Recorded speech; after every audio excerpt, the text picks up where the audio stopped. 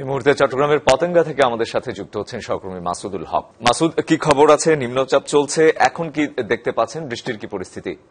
এই মুহূর্তে আপনার দেখছেন পতেঙ্গাতে কিন্তু উপচে পড়া ঢেউ, মানে সাগরের বড় বড় ঢেউগুলো তীরবর্তী এলাকায় এসে পড়ছে। একটু দেখাতে চাই, অন্য অন্য সময় কিন্তু সাগরের এই ঢেউগুলো কিন্তু এখানে থাকে না। আপনারা দেখছেন যতই বেলা বাড়ছে কিন্তু ঢেউ সাথে বৃষ্টি সাথে বাতাসের গতিও কিন্তু বাড়ছে এবং আবহাওয়া অফিস জানিয়েছে আগামী কয়েকদিন হয়তো ভারী বৃষ্টিপাত হতে পারে। আপনারা জানেন ভারী বৃষ্টি হলে চট্টগ্রামে পাহাড় ধস হয়,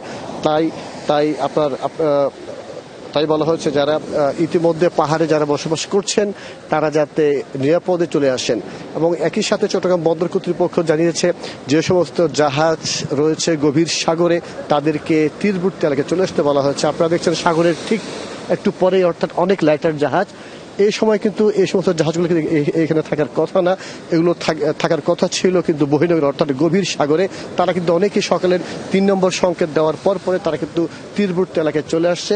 এবং চট্টগ্রাম বন্দর কর্তৃপক্ষ জানিয়েছে রাতে যদি বা সন্ধ্যার পর যদি আবহাওয়ার সংখ্যা যদি বাড়তে থাকে সেক্ষেত্রে তারা হয়তো তাদের যে ব্যবস্থা তারা সেটি নিবে। তো যেমনটি বলছিলাম, আপনারা দেখছেন সাগরের উপচে পড়া ঢেউ, অর্থাৎ বড় বড় ঢেউগুলো এসে পড়ছে তীরবর্তী এলাকায়।